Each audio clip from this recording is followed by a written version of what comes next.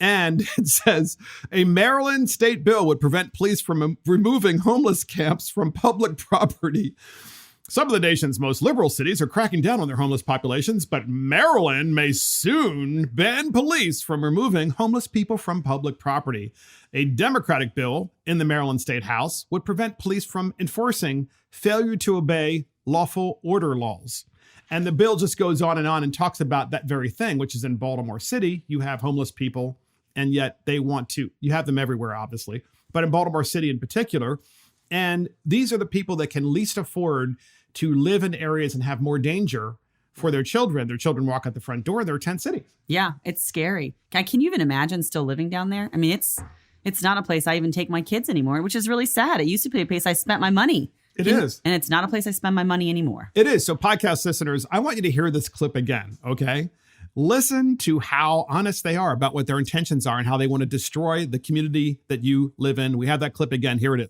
Okay, so I think I'm getting a better picture of it, but I'm just imagining. So last time we were talking a lot about San Francisco, and what you would see was there would be like a business, and on the sidewalk, people would literally have set up. There would be a little walkway still, and people would have set up tents all along the sidewalks around the business. So the only way people could get in was to walk in that small space, but they still left a space so people could still move and they could still get to the business.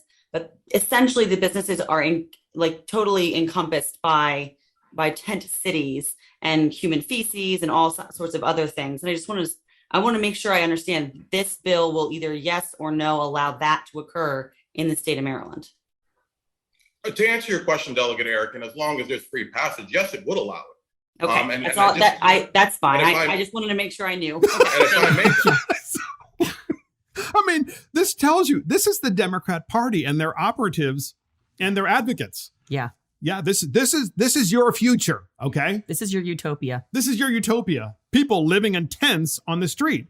So once again, that was Lauren Aricon asking that question, but the sponsor is Sheila Ruth. And so I pull up her website and there's of course that little tab when you pull up a website and it says about Sheila.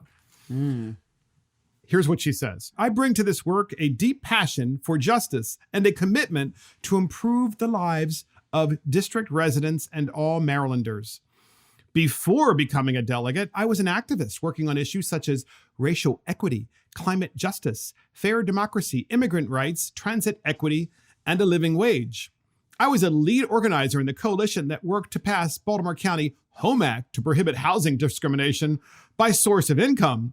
So let's stop right there. Oh, I hated that bill. This delegate Ruth as she says, she's a lead organizer in the coalition, that worked to pass the Baltimore County Home Act to prohibit housing discrimination by source of income.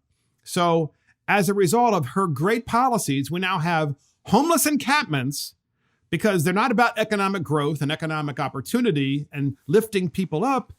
It's about bringing people down and everybody with them. Oh, yeah. She's a full-on socialist. I mean, this is disturbing stuff. I had no idea she was behind that other bill. That bill is terrible. It made me want to sell my rental property in Baltimore County because who wants to be forced to take housing vouchers? You have to be able to decide who you want living in your home. What is wrong with these people? This is their utopia. Well, pretty soon we'll have vouchers for 10 cities, Will you accept vouchers on your property for 10 cities? No, too bad. We make you. You must. Exactly. And even though they've moved on your property, the police cannot come there and remove them. Squatters' rights. Exactly. Squatters' rights. It's a new law. So it's just so disturbing. Final word on this bill. What were your thoughts? Final word when you're in committee. I get disturbed when I see my colleagues nodding. There's like a whole Zoom call of all these nodding heads like they agree with what's going on. Meanwhile, the rest of us are thinking, this isn't the place I want to raise my children. And then where's the tax base going to go? If I leave and you leave and we all leave, who's paying for all this crap? Also, this hearing was on Zoom. I have to say this before we close this. The hearing was on Zoom, so it looked like the Brady Bunch. How you have all the little heads on Zoom and all that stuff. So there's the sponsor of the bill, which is, of course, Delegate Ruth. And then you have all of the advocates. And so when she's giving her testimony or when the advocates are giving their testimony, they're all going, and they're a bunch of adults. They're like, Yeah, that's right. Tent cities are really the future of America. Oh, yes. With the bobbleheads. So embarrassing. Yeah, who raised these people? Exactly. Who knows? Yeah. And that's the dumbest bill in America. And that's it for Mark and the Millennials. This is Mark Fisher. Thank you for joining us, of course. Thank you to our producer, Christopher Hopkins, and to our guest, Lauren Aricon. Check us out on iTunes, Spotify, YouTube, Facebook, Twitter, Getter, Rumble, and our website. See you next time.